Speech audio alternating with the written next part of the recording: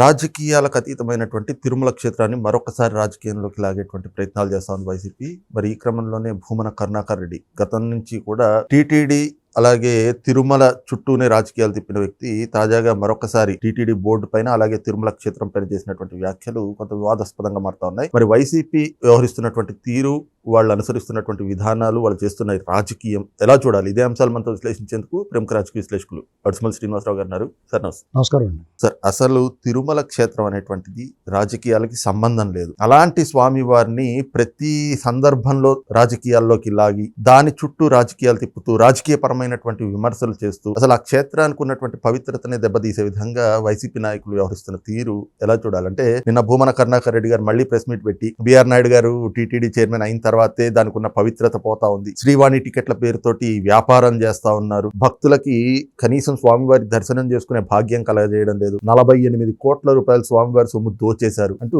మళ్ళీ రాజకీయపరమైనటువంటి ఆరోపణలు, ఆ క్షేత్రాన్ని మళ్ళీ రాజకీయాల్లోకి లాగటం ఎలా చూడాలి సార్ ఈ తరహా రాజకీయాలు? ఇది వాళ్ళ ఉద్దేశపూర్వకంగా దాడి అండి. చాలా మందికి తెలియని విషయం ఏంటంటే, పాలక మండలైనా చైర్మన్ అయినా, ఎమ్మెల్యే ఎంపీ అయినా, మంత్రి అయినా, వాళ్ళ ప్రోటోకాల్ ప్రకారం వాళ్ళు లెటర్ ఇచ్చినా, ఇప్పుడు మంత్రి గారు ఉన్నారనుకోండి, ఆయనకు ఉండే ప్రోటోకాల్ ప్రకారం ఆయనకి కొన్ని అర్హతలు ఉంటాయి, ప్రివిలేజెస్ ఉంటాయి, దర్శనాలకు కానీ సేవలకు కానీ, అకామిడేషన్ విషయం. అలాగే ఎమ్మెల్యే గారికి స్వయంగా వారు వెళ్ళినప్పుడు, అలాగే సీఎం గారికి ఉండే ప్రోటోకాల్, సీఎం గారికి, రాష్ట్రపతికి, గవర్నర్లకి, జడ్జిలకి, అది కేటగిరీ వైజ్ ప్రోటోకాల్ ఉంటుందండి.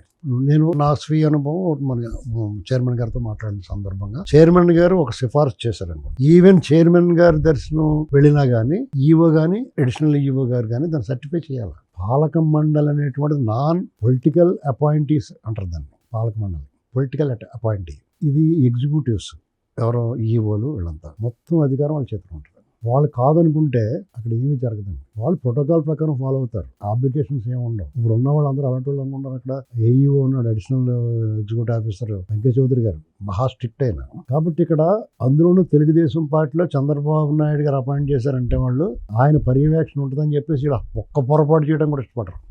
సాధారణ రికమెండేషన్ కూడా చేయరు. నాయుడు గారు చైర్మన్ ఉన్నారనుకో, ఆయనకు ఒక వెసులుబాటు ఉంది, లెటర్లు ఇవ్వచ్చు, దర్శనాలకు సిఫార్సు చేయొచ్చు. ఆయన సపోజ్ ఎన్నైనా చేయొచ్చు, ఆయన ఒక 100 చేయొచ్చు అనుకోండి, 25 కూడా చేయడం, రోజుకి 25, 10 కూడా చేయడం.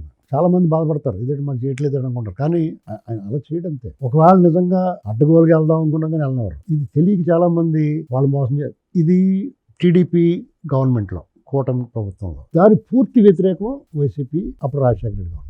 అక్కడ పొలిటికల్ అపాయింటీస్ది పై చేయి, ఇది అందరికీ తెలిసిన విషయమే. చంద్రబాబు నాయుడు గారి ప్రభుత్వం అంటే అధికారుల హవా, రూల్ ప్రకారం పోతారు అంతే. వాళ్ళైనా కావాలంటే రికమెండేషన్లు అయ్యి వాళ్ళు చేసుకుంటారు. ఎవరన్నా ఐఏఎస్లైనా, ఐపీఎస్లైనా, ఎమ్మెల్యేలైనా, మంత్రులైనా సరే వాళ్ళ దగ్గర రిక్వెస్ట్ చేసుకోవాల్సిందే. ఇప్పుడు కాటంనేని భాస్కర్ గారు వెస్ట్ గోదావరి కలెక్టర్ ఉండేవాడు ఒక ఆయన, నిత్యం మంత్రులతో గొడవ. ఆయనకి వాళ్ళు ఏదో అడుగుతారు అప్లికేషన్, నేను రూల్ ప్రకారం పోతానంటాడు. అదే ఆ తిమింగళాలు ఉన్నాయి కూడా అవినీతి ఆఫీసర్లు, వాళ్ళు చేసి పెడతారు, వాళ్ళు తినేస్తారు. అది అలవాటు చేసింది ఎవరు? 2004 నుంచి ఈ ప్రభుత్వాలు. తర్వాత జగన్మోహన్ రెడ్డి వచ్చిన తర్వాత అంగడి కానీ మింగలేదు. వీళ్ళు 100 కొట్టేస్తారు, వాళ్ళు రూపాయి కొట్టేసేవారు, లేకపోతే 10% కొట్టేసేవారు. అలాగే అయిపోయారు. తర్వాత ఇది తిరుపతిలో ఇప్పుడు శ్రీవాణి గురించి ఒక ప్రెస్ మీట్ పెట్టాడు భూమన కరుణాకర్ రెడ్డి. ఆయన ఏమనుకుంటున్నాడంటే, వాళ్ళ ఊహ, వాళ్ళు కుమ్మేసినట్టు, వాళ్ళు దొబ్బేసినట్టు, వాళ్ళు దోచేసినట్టు, వీళ్ళు దోచేస్తున్నారేమో అని వాళ్ళకి ఒక అదురు అనుమానం. దాన్ని బహిరంగంగా మాట్లాడుతుంటారు. ఆయనకి తెలిసి ఇక్కడ ఏం జరగదని.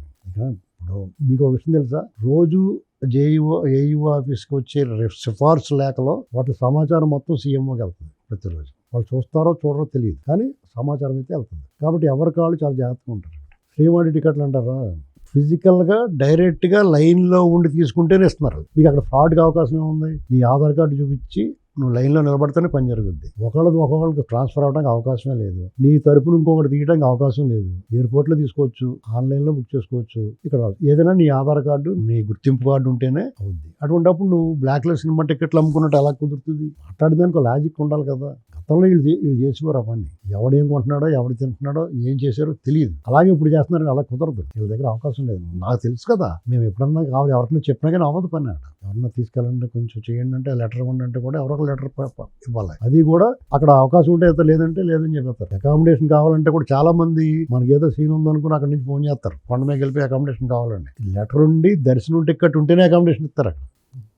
అర్థమైందండి. దర్శనం లేకపోతే ధర్మ దర్శనమైనా ఏ దర్శనమైనా టోకెన్ వేస్తారు కదా, అవి ఉంటేనే ఇస్తారు. అది కూడా అక్కడ ఖాళీ అయితే ఇస్తారు. అది తెలియక చాలా మంది అంతా రికమెండ్. ప్రతి వాళ్ళు కూడా ఇప్పుడు విఐపి బ్రేకులకి వెళ్ళాలనుకుంటున్నారు. ఇదివరకు మేము అసలు దానికి వెళ్ళి వాళ్ళు 300 రూపాయల టికెట్, అంతకుముందు 50 రూపాయలు 10 రూపాయలు అలా ఉండి అలా టికెట్లు తీసుకుని వెళ్ళిపోయేవాళ్ళు, లేదంటే ధర్మ దర్శనానికి వెళ్ళిపోయేవాళ్ళు, అది నడిచి వెళ్ళేవాళ్ళు. కొంత అవకాశాలు ఉంటాయి. ఇది ఊరికే బురద జల్లాలని కానీ మీకు మరి వాళ్ళే చేశారు, వాళ్ళు చేస్తారు, వాళ్ళు బరిదేగిని చేస్తారు. ఆ పని చేసే వాళ్ళు కూడా వాళ్ళకే చేస్తారు. ఇప్పుడు ఏఈఓ గారి దగ్గర నుంచి అందరూ కూడా చాలా స్ట్రిక్ట్ గా ఉంటారా? అదే జగన్మోహన్ రెడ్డి గవర్నమెంట్ ఆ గ్యాంగ్ ఉన్నారనుకోండి, డోర్ మూసుకుని పని చేస్తారు అందరూ.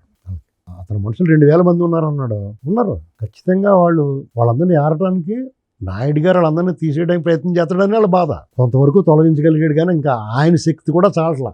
అంతగా బలపడిపోయింది ఆ లాబీ, ఆ మాఫియా. కాబట్టి ఇదంతా ఏంటంటే గంపేసి కప్పెట్టినా ఆగట్లేదు. అతను సరైన పనిష్మెంట్ పడలేదు. అది దురదృష్టం. భగవంతుడు కూడా అతను క్షమిస్తున్నాడో మరి ఎందుకు వదిలేసాడో తెలియదు, కానీ వాడు సరైన పడు. మొన్న వాళ్ళ అనుచరుడు దొరికాడు, దానికేమో మళ్ళీ మా ఊడిని ట్రాప్ చేశారు, లేకపోతే ఇలా ఏదో బురద. ఈ నిప్పత్తిలాగా చాలా నిజాయితీ పరులాగా పెద్ద దొంగల ముఠ అండి అదంతా. వాళ్ళు ఏమైనప్పుడు రొంకు నేర్చిన వాళ్ళు బొంకు నేర్చరా అని ఇలాంటి దొంగతనాలు దోపిడీలు చేస్తానికి అలవాటు పడిన వాళ్ళు ఏమన్నా మాట్లాడతారు. ఎగిరెగిరి పడిపోతున్నారు. వీళ్ళకి మరి వీళ్ళ మీద దృష్టి పెడితే బాగుండు. ఒకసారి ఈ పెట్టుబడి కార్యక్రమాలు శంకుస్థాపనలో అయిన తర్వాత ఒక 6 నెలలు వీళ్ళ మీద దృష్టి పెడతారని అనుకున్నాం. 1-2 కార్యక్రమాలు మొదలైనవి, అది అవుతే బాగుండు.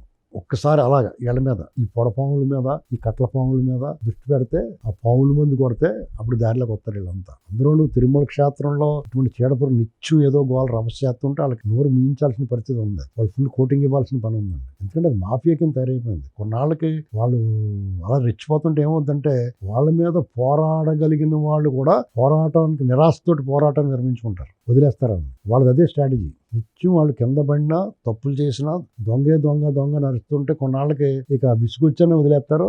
మా పని మేము చేసుకోవచ్చు అనే ఆలోచనలో ఉంటారు. ఇది అర్జెంటుగా మారాల్సిన అవసరం ఉందండి. వాళ్ళకి సరైన పనిష్మెంట్ పడాలి. నేను అనుకోవడం అయితే ఖచ్చితంగా వాళ్ళని ఇక మళ్ళీ కోలుకోలేని విధంగా బుక్ చేస్తారని అనుకుంటున్నాను.